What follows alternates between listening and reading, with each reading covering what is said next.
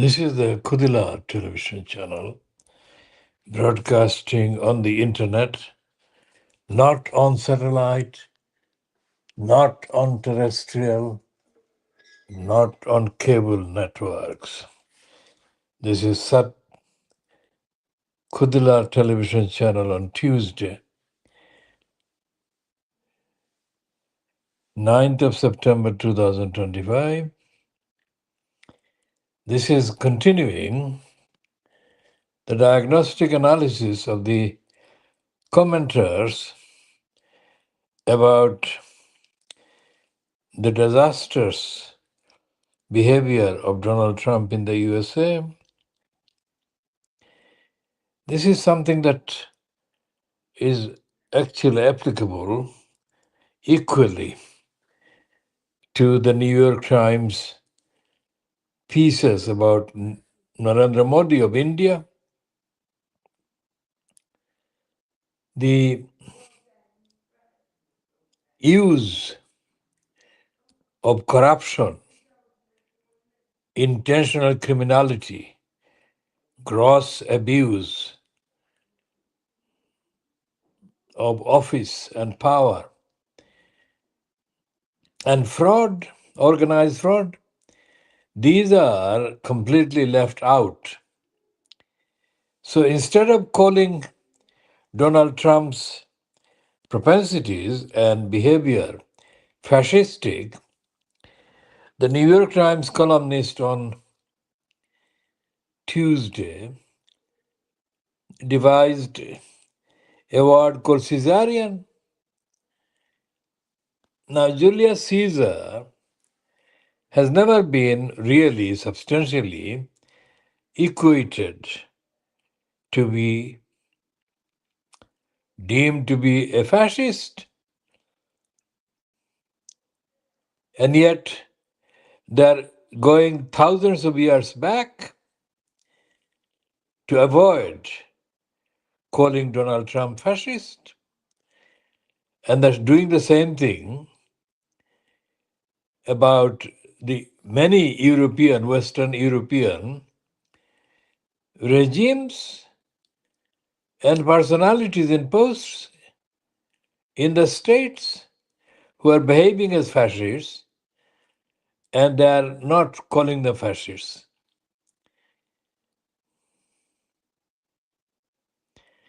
And this applies to the treatment of the latest revelation about the former Prime Minister of Britain, Conservative Prime Minister of the United Kingdom, Boris Johnson, as is on the record available, accessible, and proven records and sources. Boris Johnson is a proven liar, congenital liar,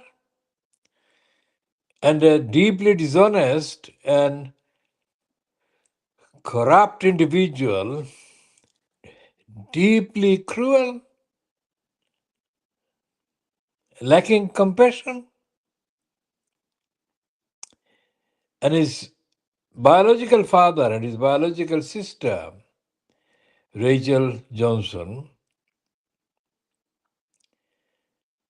came forward to say that after Boris Johnson was condemned for attacking Muslim women wearing burqas, both of them, the biological father Stanley Johnson and biological sister Rachel Johnson, mouthed identical sentences, particularly one identical sentence they both published. They said that in condemning the Muslim women in burqa, Boris Johnson had not gone far enough. That was their actual script. So while the biological family of Boris Johnson has been quite openly supportive of his cruel, racist antisocial, hateful, prejudiced, biased propensities and behavior and outlook. The so-called objective media, the so-called free press, has remained silent about these very deeply entrenched racist, hateful, corrupt propensities, not only on the part of Boris Johnson himself, but on the part of his biological father, Stanley Johnson, and his biological sister, Rachel Johnson. The New York Times commenter about Donald Trump being engaged in a cesarean project actually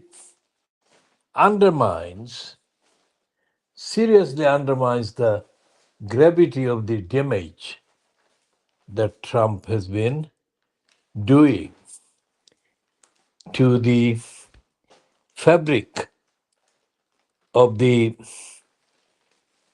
so-called democracy of the USA, established on genocide of the original nations and the massacres of the original nations by the Western European invaders and imperialists. This one is measuring this era of Caesarism. It's an opinion piece by Ross Douthat. Ross Douthat says, a limp codillo. That was a phrase I once applied to Donald Trump's pretense to be a strong man in a first term that was actually characterized by the imperial presidency's retreat. It wasn't imperial presidency, it was a fascist presidency. Barack Obama and George W. Bush were far more successful at consolidating presidential power, and Trump won mostly demonstrated that an inexperienced, incompetent president could still be pinned down like Gulliver. But there is nothing limp or constrained about Trump Mark II.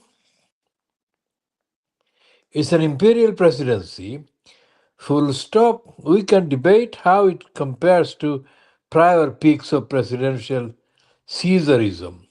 Franklin Roosevelt still set the standard. Now, there is no mention in this piece, which is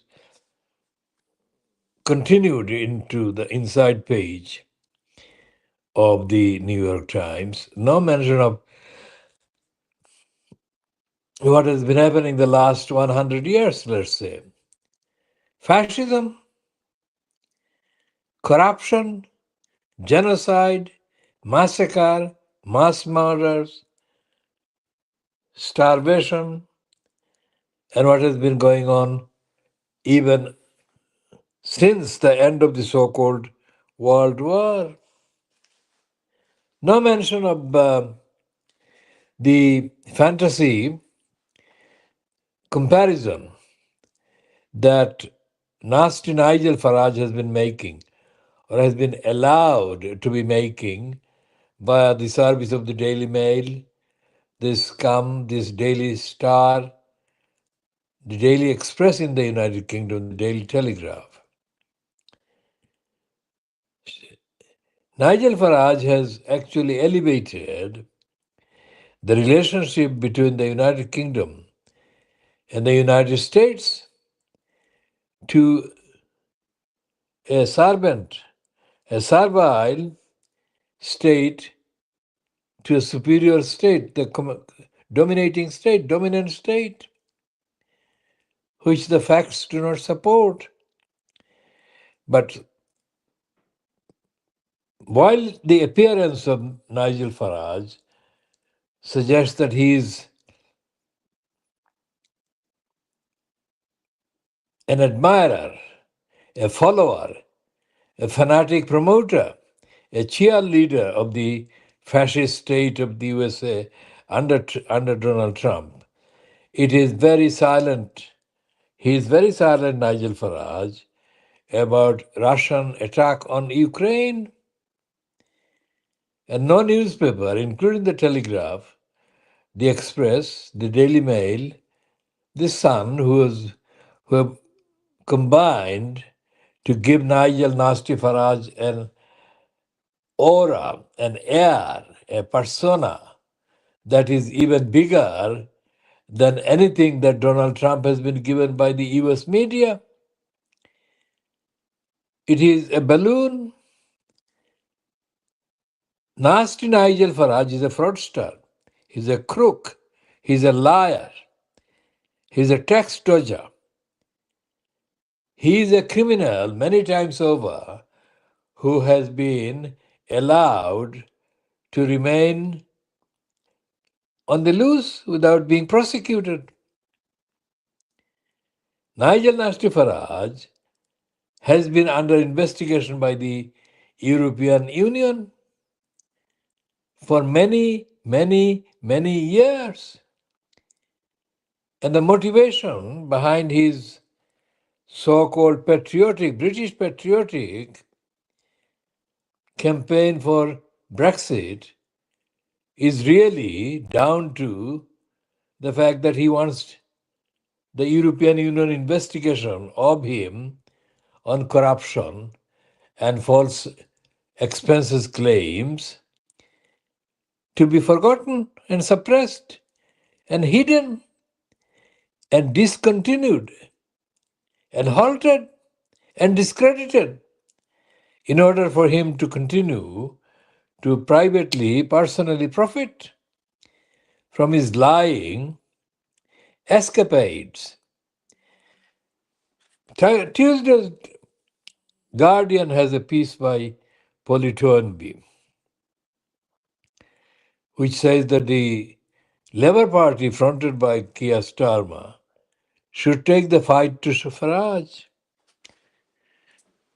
And she compares Farage as in as moderate terms as is possible. Now there is nothing, even in Polly Toynbee's piece in the Guardian or in any other so-called critical pieces about Nigel Farage that actually refer to the ongoing, still incomplete investigation into Farage and his corrupt expenses claims as a member of the European Union.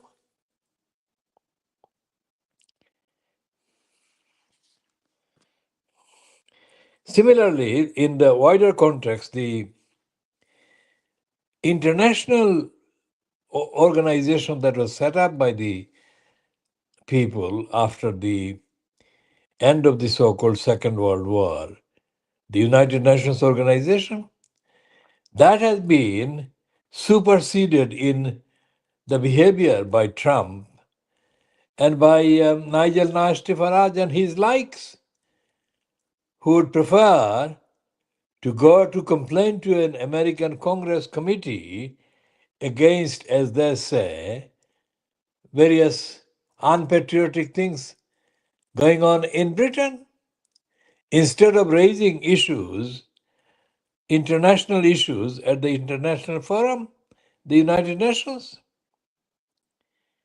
The United Nations has been undermined right from the beginning, with Doug Hammarskjöld being murdered. The United Nations Secretary General was never allowed to have real, free say on the state of the member states and the state of the world in terms of peace, cooperation, security, and so on.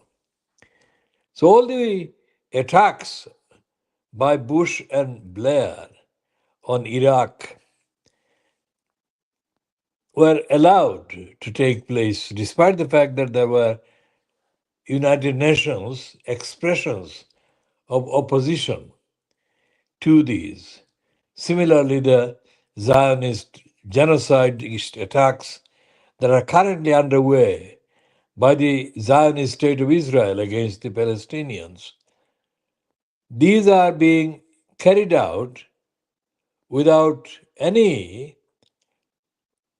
comment in opposition